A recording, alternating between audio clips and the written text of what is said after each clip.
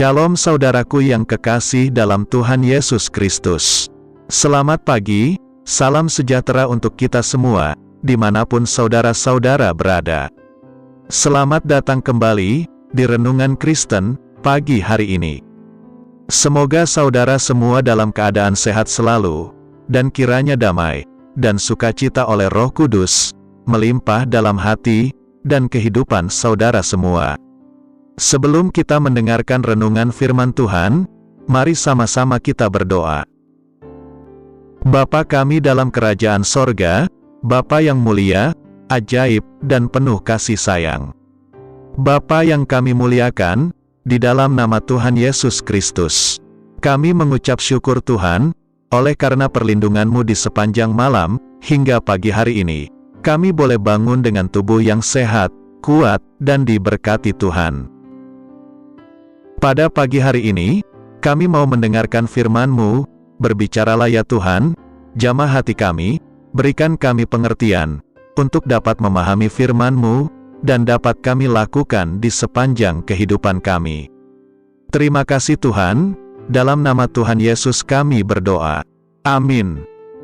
Saudaraku, ayat renungan kita pada pagi hari ini, terdapat dalam kitab Kejadian pasal 2, ayat 18-22, yang berbunyi demikian. Tuhan Allah berfirman, tidak baik, kalau manusia itu seorang diri saja. Aku akan menjadikan penolong baginya, yang sepadan dengan dia. Lalu Tuhan Allah membentuk dari tanah, segala binatang hutan dan segala burung di udara. Dibawanyalah semuanya kepada manusia itu, untuk melihat, bagaimana ia menamainya. Dan seperti nama yang diberikan manusia itu kepada tiap-tiap makhluk yang hidup, demikianlah nanti nama makhluk itu. Manusia itu memberi nama kepada segala ternak, kepada burung-burung di udara, dan kepada segala binatang hutan, tetapi baginya sendiri, ia tidak menjumpai penolong yang sepadan dengan dia. Lalu Tuhan Allah membuat manusia itu tidur nyenyak. Ketika ia tidur, Tuhan Allah mengambil salah satu rusuk daripadanya, lalu menutup tempat itu dengan daging. Dan dari rusuk yang diambil Tuhan Allah dari manusia itu, dibangunnyalah seorang perempuan, lalu dibawanya kepada manusia itu. Saudaraku, Tuhan menciptakan dunia, dan alam semesta ini, dalam keadaan sempurna, tetapi kenyataannya, masih saja ada yang kurang, dan yang tidak baik, dan itu adalah rasa kesepian. Oleh sebab itulah, problem kesepian itu, adalah problem dunia, dan problem manusia yang pertama, yang diatasi oleh Allah. Dalam pembacaan firman kita hari ini, Allah memberikan penolong bagi manusia pertama, yang sendirian pada saat itu. Menurut psikolog, rasa kesepian itu, berasal dari dalam hati, sehingga lingkungan kerja yang sibuk, dan teman-teman di sekelilingnya sekalipun, tidak akan mampu mengusir rasa sepi. Di kota-kota besar, rasa kesepian ini banyak melanda para wanita karir dan profesional muda. Meskipun mereka memiliki aktivitas yang cukup padat, dan setiap hari selalu bertemu dengan banyak orang, ada perasaan sunyi di sudut hatinya. Rasa kesepian tidak bisa dihilangkan dengan uang. Kesepian adalah salah satu bentuk kesedihan. Kata kesepian itu berasal dari akar kata sepi, yang dalam kamus sering didefinisikan sebagai tanpa teman, tersisih, sendirian. Sedangkan kata sifat sendirian berarti merasa tersisih karena tidak ada yang menemani. Kesepian seringkali memanifestasikan diri dalam bentuk rasa sakit, rasa hampa, dan efek samping yang lebih gawat lagi, ialah seringkali berbentuk depresi yang mendalam, sampai dapat menyebabkan bunuh diri. Kesepian, bukannya berarti seorang diri, sebab di dalam dunia yang penuh hiruk-pikuk dan hingar-bingar sekalipun, ternyata banyak sekali orang yang merasa kesepian, padahal seharian penuh, kita menerima puluhan email, maupun tetapi kenyataannya, ini semua tidak dapat mengusir rasa kesepian. Di samping itu, kebanyakan dari kita sudah memiliki handphone, jadi sebenarnya, rasa kesepian itu tidak harus ada. Walaupun demikian, Banyak orang yang merasa kesepian, merasa ditinggal sendirian, haus akan rasa kasih, rasa kehilangan dan sebagainya. Rasa kesepian bisa saja timbul, walaupun kita sudah memiliki pasangan hidup, keluarga, pekerjaan, maupun memiliki banyak sahabat. Bahkan Ratu Belanda, Beatrix, pernah mengungkapkan bahwa ciri jabatan dari seorang ratu adalah kesepian namun tidak pernah sendiri. Kesepian itu bukannya karena tidak ada orang di sekitar kita, tetapi di dalam hati maupun perasaan kita merasa seakan-akan mereka tidak membutuhkan dan memperhatikan kita lagi. Tiap orang membutuhkan atensi maupun kasih sayang. Filsuf Jerman, Nietzsche, melukiskannya demikian. Kurangnya cinta terhadap diri sendiri menyebabkan kesepian, sehingga menjadi penjara yang paling berat bagi manusia. Dan kuncinya hanya bisa dibuka dari dalam, ialah oleh diri kita sendiri. Dan apakah Anda tahu bahwa kesepian itu bisa jadi pemicu potensial penyebab penyakit jantung koroner ataupun kanker?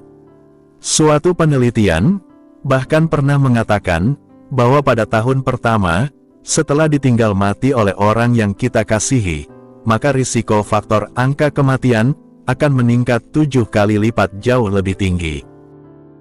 Walaupun kita tidak merasakannya, Tuhan selalu hadir di dalam kesepian kita, karena kasih-Nya, Ia tidak akan meninggalkan kita, dalam keadaan apapun juga kita berada. Setiap orang yang merasa kesepian, harus berani mengambil keputusan, apakah saya mau membayar harga untuk mengubah situasi kehidupan saya ini, yaitu dengan belajar mengasihi orang lain terlebih dahulu, dan berhenti menaruh belas kasihan terhadap diri sendiri. Kasih itu seperti gema, pasti ia akan balik kembali. Bahkan ini sebenarnya sudah merupakan hukum Allah. Kasihilah sesama manusia, seperti engkau mengasihi dirimu sendiri. Mari, kita bersama belajar mengasihi satu dengan yang lainnya, menjadi garam dan terang bagi dunia yang gelap ini. Kasih dapat menjadi jawaban bagi kesepian yang dialami oleh banyak orang di sekitar kita saat ini, karena setiap orang membutuhkan kasih itu. Amin. Tuhan Yesus memberkati. Demikianlah renungan firman Tuhan pada hari ini. Semoga menjadi berkat bagi kita semua. Dan sebelum kita memulai segala aktivitas di pagi hari ini, mari kita berdoa. Bapa kami yang di surga, Bapa yang kami panggil dalam nama Tuhan Yesus Kristus, kami bersyukur Tuhan atas pertolongan-Mu, penyertaan-Mu, dan atas berkat-Mu dalam hidup kami. Kami berbahagia dan bersyukur atas kebaikan Tuhan pada hari ini. Tak berkesudahan kasih setia Tuhan, tak habis-habisnya rahmat-Mu, selalu baru tiap pagi, besar kesetiaan-Mu Tuhan dalam hidup kami. Terima kasih buat firman-Mu pada hari ini ya Tuhan. Kami mau selalu belajar dan terus belajar tentang firman-Mu. Firman-Mu yang menguatkan dan meneguhkan iman kami. Firman-Mu yang mengubahkan hidup kami. Kami mau berjalan bersama dengan Engkau di sepanjang kehidupan kami, agar kami tidak tersesat di dalam dunia ini. Kami mau melakukan firman-Mu ya Tuhan di sepanjang hidup kami, agar kami tetap kuat berjalan bersama dengan Engkau.